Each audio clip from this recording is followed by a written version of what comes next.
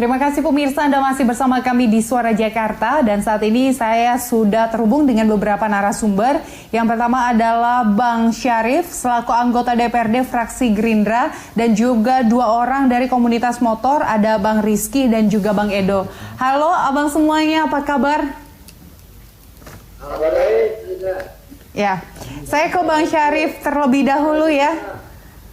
Bang Syarif, ini kan kita sudah masuk masa PSBB transisi. Nah, kalau kita lihat angkanya yang positif COVID sempat naik pekan kemarin. Nah, hasil reviewnya ini menurut Bang Syarif sendiri, ini kenapa bisa terjadi? Apakah memang kesalahan dari masyarakat, dari perilaku masyarakat yang tidak patuh, atau memang Pemprov DKI yang masih belum tegas lagi supaya memberlakukan protokol kesehatan tersebut? Silakan Bang Syarif. Ya, PSBB transisi ini yang dimulai tanggal 4 Juni ya, sudah berjalan beberapa hari ini. Harapan kita PSBB transisi selesai tanggal 4 Juli. Nah, pada saat pemberlakuan semenjak tanggal 4, ada indikator-indikator yang harus dicapai ketika PSBB akan dicabut rencana tanggal 4 Juli. Apa indikatornya? Indikatornya salah satunya masyarakat itu aman. Aman pengertiannya apa? Tidak tertular. Satu ya. Kedua, yang dicapai selain juga soal aman karena kesehatan, juga pendekatan ekonomi.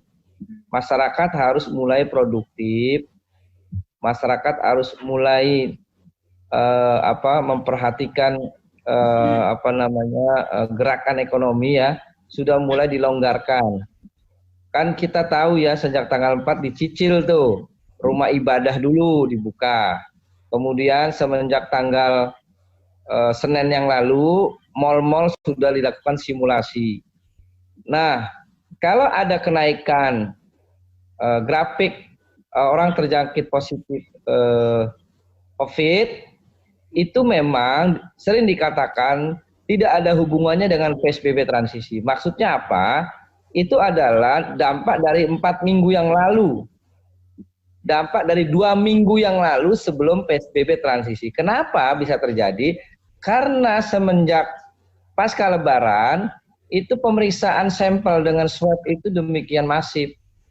Alat-alat nambah, jadi memang ada peningkatan grafik. Yang kita belum tahu, kita belum teliti secara benar, apakah ada korelasinya kenaikan grafik dengan pelonggaran selama 2 minggu ini. Itu Mbak Anissa. Belum ada penelitian ngejas apakah peningkatan grafik ini terkait dengan pelonggaran 2 minggu ini. Belum ada.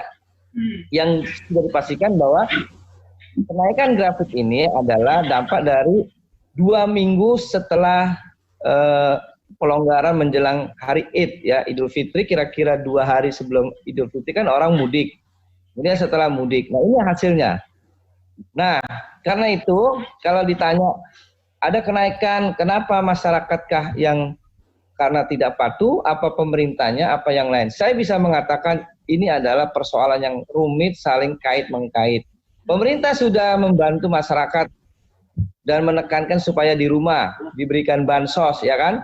Kemudian sudah berjalan 2 bulan, pemerintah sudah berikan masker, sudah diedukasi, ya.